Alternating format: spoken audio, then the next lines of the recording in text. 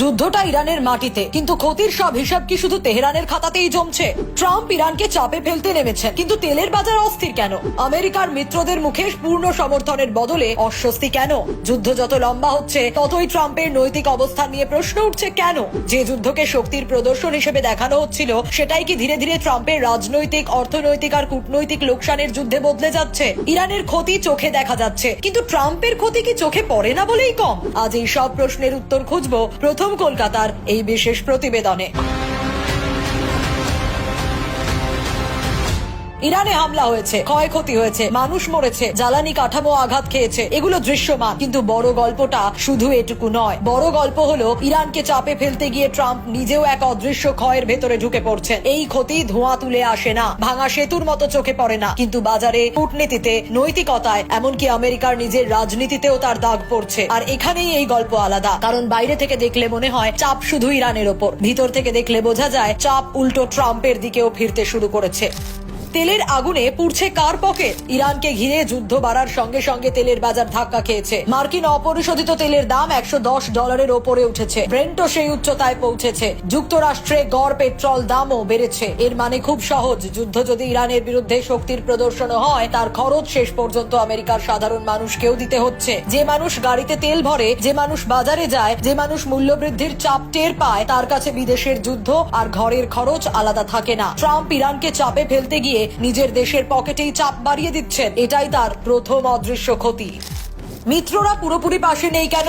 আমেরিকার শক্তি শুধু তার অস্ত্রে নয়, তার জোটে। কিন্তু এই যুদ্ধে সেই জোটের ছবিটা একদম মসৃণ নয়। প্রতিবেদনগুলো বলছে জাপান, দক্ষিণ কোরিয়া, অস্ট্রেলিয়ার মতো ঘনিষ্ঠ মিত্ররা আক্রমণাত্মক পথে পুরোপুরি নামেনি। কেউ দূরত্ব রেখেছে, কেউ সাবধানী ভাষা বলেছে। এর মানে কি? এর মানে ট্রাম্পের চাওয়া আর মিত্রদের হিসেব এক জিনিস নয়। আর এখানেই তার দ্বিতীয় ক্ষতি, কারণ যুদ্ধ যদি একার জেদে ঠেলে দেওয়া সংঘাত হয়ে যায়, তাহলে সেটা শক্তির নয়, নিঃসঙ্গতার ছবি। বাইরে থেকে শোরগোল যতই থাকুক, ভিতরে ভিতরে সমর্থনের ঘাটতি তৈরি হলে কৌশলগত চাপ বাড়তেই থাকে। নৈতিক জমি কি সরে যাচ্ছে? এই জায়গাটা আরো গভীর। ট্রাম্প প্রকাশ্যে ইরানের সেতু, বিদ্যুৎ কেন্দ্র, বড় অবকাঠামোতে হামলার কথা বলেছে। এই ধরনের বক্তব্য আন্তর্জাতিক আইন নিয়ে ভয়ানক প্রশ্ন তুলেছে, কারণ যুদ্ধের নামে যখন বেসামরিক জীবনের ভিত কাঁপিয়ে দেওয়ার হুমকি সামনে আসে, তখন সমালোচনা শুধু কূটনৈতিক থাকে না, নৈতিক হয়ে ওঠে। আমেরিকা বহুদিন ধরে নিজেকে নিয়ম, মানবাধিকার আর আন্তর্জাতিক শৃঙ্খলার ভাষায় তুলে ধরেছে। এখন সেই দেশের শীর্ষ নেতা যদি এমন ভাষা ব্যবহার করেন, তাহলে প্রশ্ন উঠবেই, ইরানকে অপরাধী দেখাতে গিয়ে ট্রাম্প কি উল্টো আমেরিকার মুখটাই বিব্রত করছেন না? এটি তার তৃতীয় অদৃশ্য ক্ষতি, কারণ নৈতিক বিশ্বাসযোগ্যতা একবার ক্ষয়ে গেলে তা বোমা দিয়ে ফিরিয়ে আনা যায় না।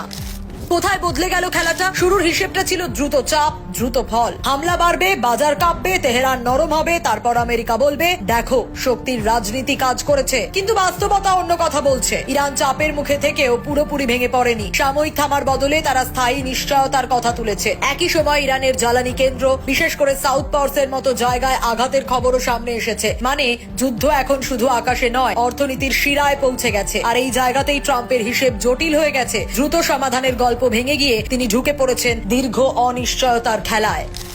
দ্রুত জয়ের গল্পটাই দুর্বল হচ্ছে। ট্রাম্পের বড় রাজনৈতিক শক্তি ছিল তিনি নিজেকে নিয়ন্ত্রণে রাখেন, হিসেবি, চাপ সৃষ্টি করতে জানা নেতা হিসেবে তুলে ধরতে পারেন। কিন্তু যুদ্ধ যখন লম্বা হয়, আলটিমেটাম বাড়ে, বাজার কাঁপে, মিত্ররা গা বাঁচায়, তখন সেই গল্পে ফাটল ধরে। কারণ তখন মানুষ প্রশ্ন করতে শুরু করে, এত চাপ দিয়েও যদি দ্রুত ফল না আসে, তাহলে কৌশল কোথায়? বাইরে গর্জন থাকলেও ভিতরে ভিতরেই প্রশ্ন জমতে থাকে। আর রাজনীতিতে অনেক সময় দৃশ্যমান ব্যর্থতার চেয়ে অদৃশ্য সন্দেহ বেশি বিপজ্জনক। ট্রাম্প এখন সেই সন্দেহের মুখোমুখি। আজ যুদ্ধ, কাল বাজার, পরশু ভোট। সবচেয়ে বড় বিপদ এখানেই। যুদ্ধের তাৎক্ষণিক ছবি একরকম, কিন্তু তার রাজনৈতিক দাম পরে গুনতে হয়। তেলের দাম বাড়লে মূল্যবৃদ্ধির ভয় বাড়ে, বাজার অস্থির হলে ভোটারদের মেজাজ বদলায়। বড় ব্যাংকগুলোর প্রধানরাও সতর্ক করেছেন, এই যুদ্ধ মূল্যস্ফীতি, সুদের চাপ আর অর্থনৈতিক অনিশ্চয়তা বাড়াতে পারে। মানে আজ যে যুদ্ধকে শক্তির প্রদর্শন বলা হচ্ছে, কাল সেটাই ঘরের ভেতরে বিরক্তি হয়ে ফিরতে পারে। ট্রাম্পের চতুর্থ অদৃশ্য ক্ষতি এখানে। ইরানকে চাপ দিতে গিয়ে তিনি নিজের ভবিষ্যৎ রাজনৈতিক মাটিকেও ঝুঁকির মধ্যে ফেলেছেন। শেষ কথা হলো, ইরানের ক্ষতি দৃশ্যমান, ট্রাম্পের ক্ষতি অদৃশ্য। কিন্তু অদৃশ্য বলেই তা ছোট নয়। তিনি হারাচ্ছেন বাজারের স্থিরতা, হারাচ্ছেন মিত্রদের নিঃশর্ত নিশ্চয়তা, হারাচ্ছেন নৈতিক স্বস্তি, আর ধীরে ধীরে হারানোর ঝুঁকিতে ফেলছেন নিজের রাজনৈতিক শক্তির গল্পগুলো। তাই আজকের সবচেয়ে বড় প্রশ্ন আরেকবার ফিরে আসে, যুদ্ধটা ইরানের মাটিতে ঠিক, কিন্তু এই যুদ্ধের গোপন ক্ষয় কি ট্রাম্পের ঘরেও ঢুকে পড়েনি? এই মুহূর্তে উত্তর একটাই, ইরান চোখে দেখা ধ্বংসের মধ্যে আছে, আর ট্রাম্প ঢুকে পড়েছেন এমন এক অদৃশ্য লোকসানের ভেতর যার ফল অনেক সময় বোমার চেয়েও বেশি দূর পর্যন্ত যায়। ব্যুরো রিপোর্ট, প্রথম কলকাতা।